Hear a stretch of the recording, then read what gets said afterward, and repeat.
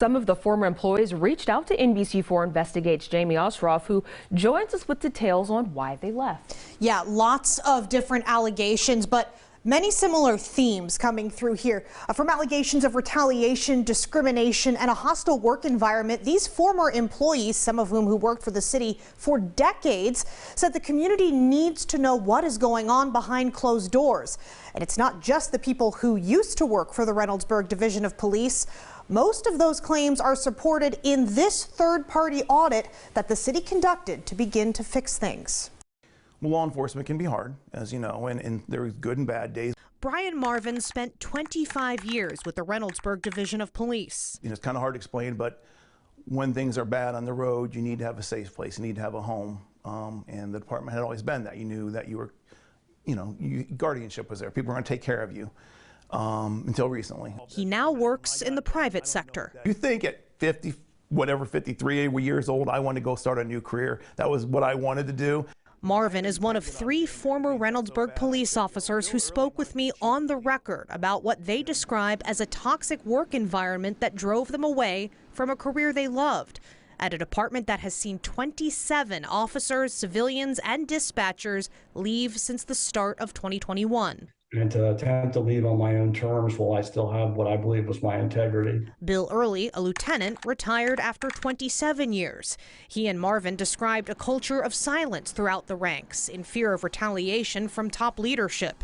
I voice my opinions about something and they fall on deaf ears, and then I'm treated almost as though I'm kind of an outcast at that point. If you cross the chief or anyone in the admin, even up to the mayor for some degree, if you crossed them, you got a target on your back. You got blackballed. You were removed from society, essentially. But it was the account of a younger officer posted on social media that served as a final push for the city to pay $22,000 for an outside audit of the department. I did not want to resign. I love Reynoldsburg. I love the job. I love the community.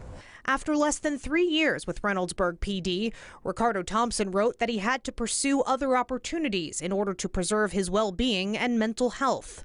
It's like the bully, right? The bully keeps bullying the person until the person does something, right? Thompson left the department in October.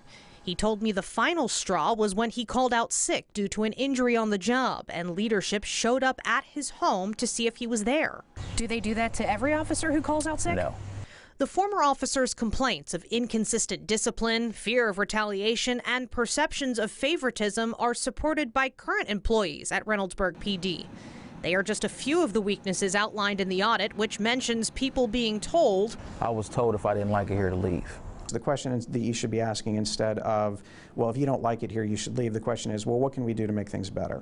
Reynoldsburg Mayor Joe Begany told me he is working with Chief Curtis Baker and Deputy Chief Rhonda Grizel to address these problems within the department. So does this process involve counseling for leadership or new leadership altogether? I think what we're going to do is start with counseling. I don't think that the problems are, so systematic that it would have to be any kind of, change in leadership, but I think it's a change in philosophy of what's going on.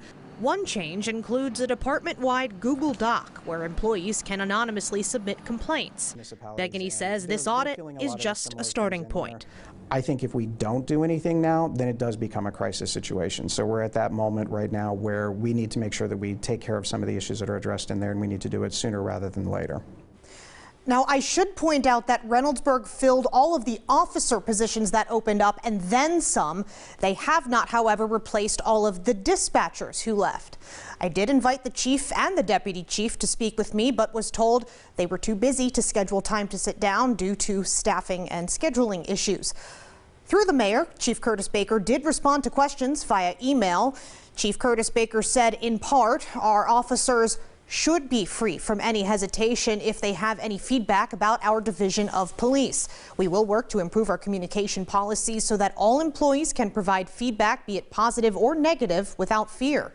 Our goal is to continue to build a positive, productive, and respected police department that our community can be proud of.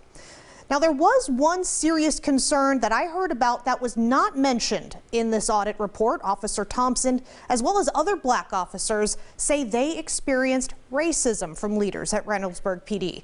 Now, this is something I am staying on top of. I am digging into this further, but in the meantime, Mayor Begany said he does not tolerate racism in any form. You can see this full audit report at NBC4i.com.